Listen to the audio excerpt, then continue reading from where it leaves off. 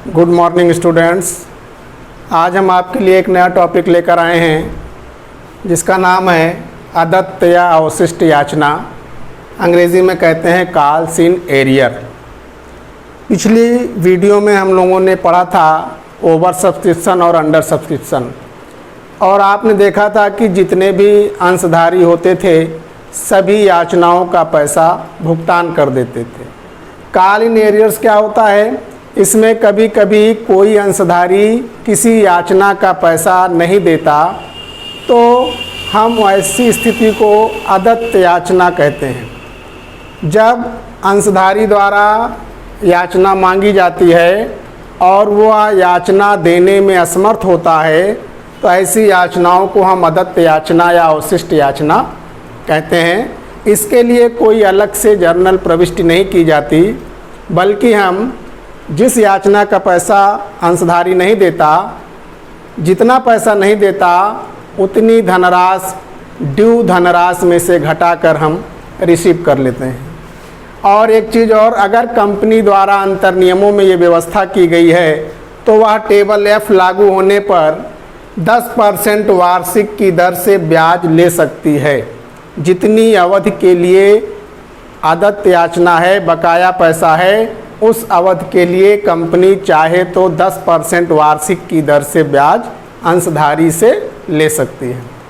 तो आइए इसका एक सवाल देखते हैं, आंकिक प्रश्न, और उसमें देखते हैं कॉल इन एरियर्स का प्रयोग कैसे किया गया है, कैसे हम अमाउंट घटा कर रिसीव करते हैं।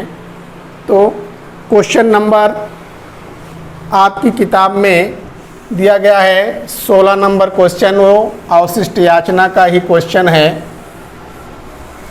क्वेश्चन पेज नंबर 196 पर दिया गया है। Question number 16 page number 196। Question मैं पढ़ रहा हूँ, आप लोग ध्यान से सुने, और क्वेश्चन आपकी स्क्रीन पर भी आएगा, ध्यान से देखें। क्वेश्चन है, लोकेश एंड कंपनी लिमिटेड ने 8000 समता अंशों का 10 रुपये प्रति अंश की दर से निर्गमन किया। भुगतान की शर्तें निम्न थी: आवेदन पत्र पर 3 रुपये, आवंटन पर 3 रुपये, प्रथम याचना पर 2 रुपये तथा द्वितीय एवं अंतिम याचना पर 2 रुपये। सभी अंशों के लिए आवेदन पत्र प्राप्त हुए तथा उनका विधिवत आवंटन हुआ। केवल राम सिंह यादव नाम का अंशधारी, जिसके पास 400 समता अंश थे, याचनाएं चुकाने में असमर्थ रहा। इसके अतिरिक्त समस्त धनराशि यथा समय प्राप्त हो गई। उपर्युक्त विवरण के आधार पर कंपनी की पुस्तकों में जर्नल प्रविष्टियां कीजिए तथा आर्थिक चिट्ठा तैयार कीजिए। ये क्वेश्चन आपका है। कह रहे हैं कंपनी ने 8000 समता अंशों का निर्गमन किया, जिसकी कीमत इन्होंने आवेदन की रखी 3 रुपये, आवंटन 3 रुपये, प्रथम याचना 2 रुपये और अंतिम याचना 2 रुपये। लेकिन एक अंशधारी था जिसका नाम था राम सिंह यादव। उसने, कह रहे हैं अंशधारी, उसने 400 अंश खरीदे थे लेकिन याचनाएं चुकाने में असमर्थ रहा।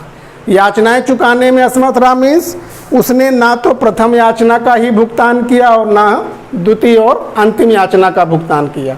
आइए देखते हैं सवाल में। जर्नल के कॉलम बना लेते हैं।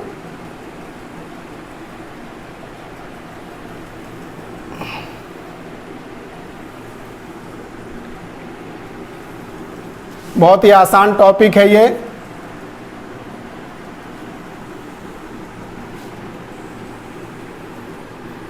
पहला कॉलम आप जानते हैं, date, particular, LF, amount debit, amount credit. किसका जर्नल बनाएंगे हम लोग? Lokesh and company limited. ऊपर लिख दें journal of Lokesh and company limited.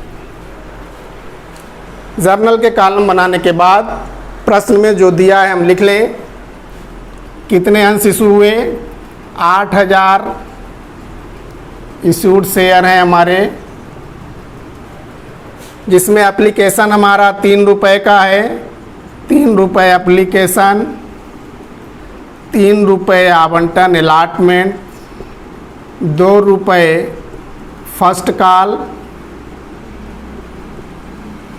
और ₹2 सेकेंड एंड फाइनल कॉल है। ये सब मूल्य का सवाल है। शेयर इशूड एट पार आप पढ़ चुके हैं। देखें ₹10 वाले अंश थे 3, 3, 6, 2, 8, 2, 10। ₹10 में ही कंपनी निर्गमित कर रही है। तो आइए, सारा पैसा मिल गया। केवल एक अंशधारी कह रहे हैं जिसका नाम राम सिंह यादव था। उसने 400 अंश खरीदे थे, लेकिन उन्होंने याचनाओं का भुगतान नहीं किया। अभी आपको हमने बताया कि जब भी कोई अंशधारी किसी याचना का भुगतान नहीं करता तो ऐसी स्थिति को ही हम कालीन एरियर्स कहते हैं, अवशिष्ट याचना या अदत्त याचना कहते हैं। तो बाकी पैसा मिला, केवल फर्स्ट कॉल और सेकंड कॉल का पैसा नहीं मिला।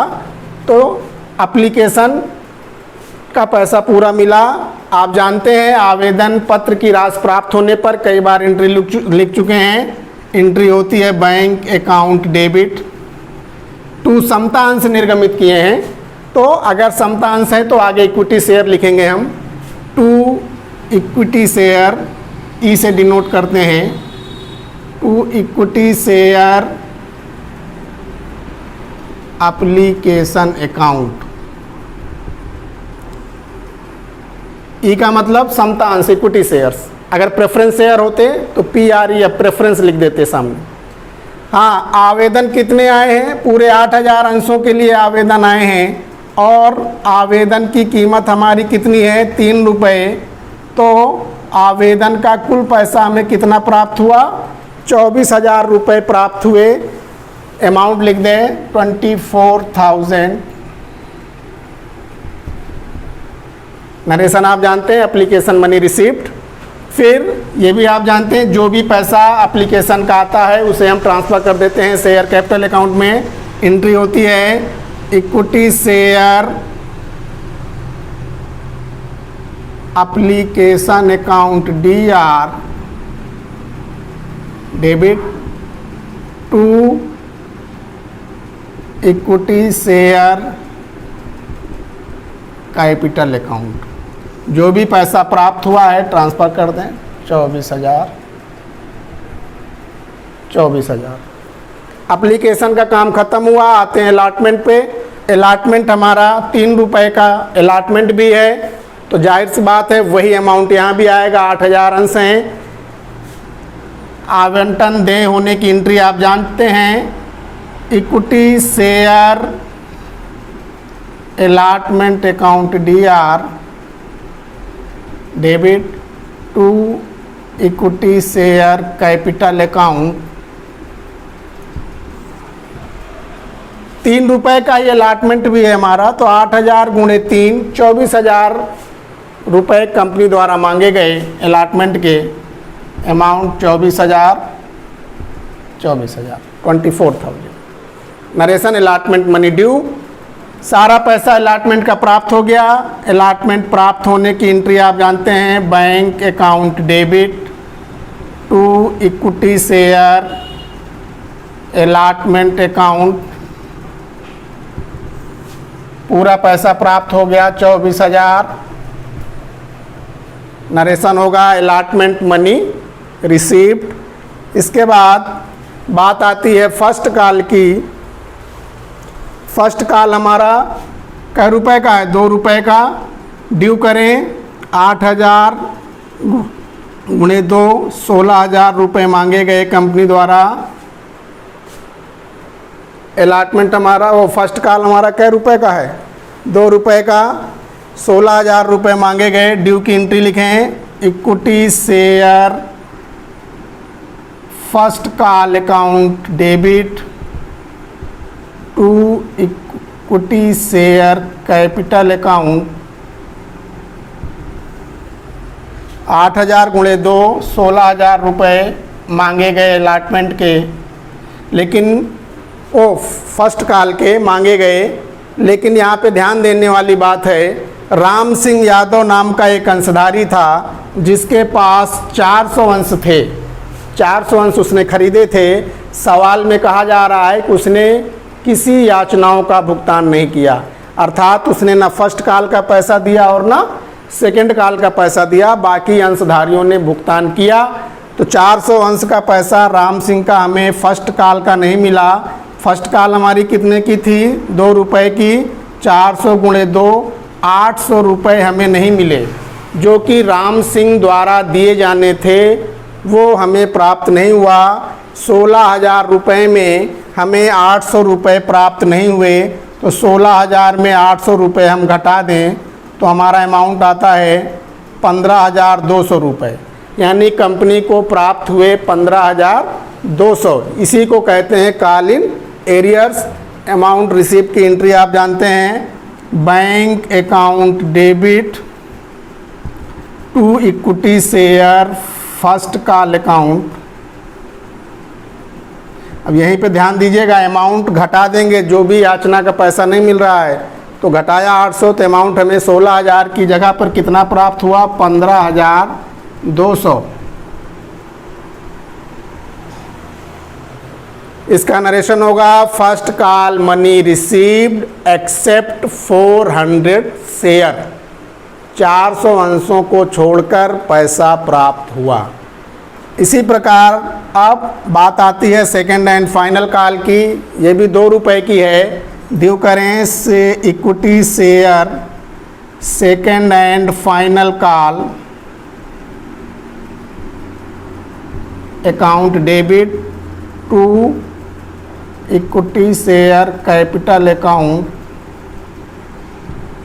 2 रुपये की है। 8,000 गुणे 2, 16,000 रुपये ड्यू किए जाएंगे।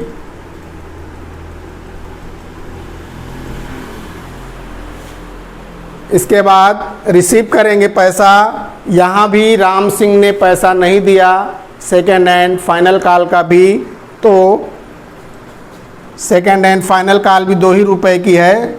400 गुणे 2, 800 रुपये यहाँ भी घट जाएंगे, अमाउंट वही आएगा जो फर्स्ट कॉल में आया था।